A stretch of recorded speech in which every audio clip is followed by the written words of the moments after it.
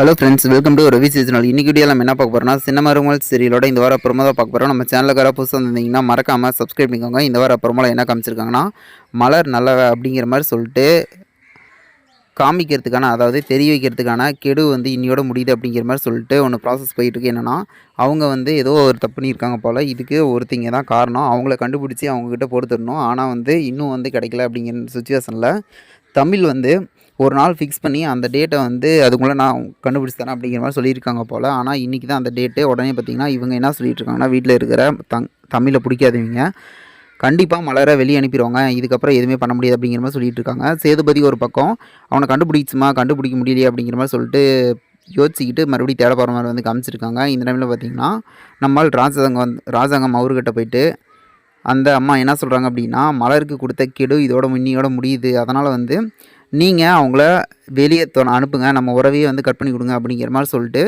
இவங்க ஒரு பக்கம் சொல்லிகிட்டு இருக்கிறாங்க. வீட்டில் இருக்கிற எல்லாருமே வந்து கூடியிருக்க மாதிரி வந்து காமிச்சிருக்காங்க. உடனே அந்த பொண்ணு போயிட்டு கையை சொடக்கு போட்டு மாமா கூப்பிட்டாங்க அப்படிங்கிற மாதிரி சொல்லிட்டு கூப்பிட்றாங்க. உடனே இவங்க போயிட்டு அங்கே நிற்க போகிறாங்க.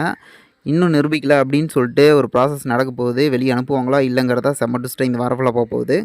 இதுக்கப்புறம் சேதுபதி போயிருக்காரு. அவரும் வந்து ஏதோ கண்டுபிடிச்சி தருவாரா அப்படின்னு சொல்லிட்டு வெயிட் பண்ணி பார்ப்போம். செம்ம ட்விஸ்ட்டாக போகுது. இது போல் வீடியோனா மறக்காமல் சப்ஸ்கிரைப் பண்ணுங்கள், லைக் பண்ணி கமெண்ட் பண்ணி ஷேர் பண்ணுங்கள். என்ன நடக்குன்னு பார்ப்போம்.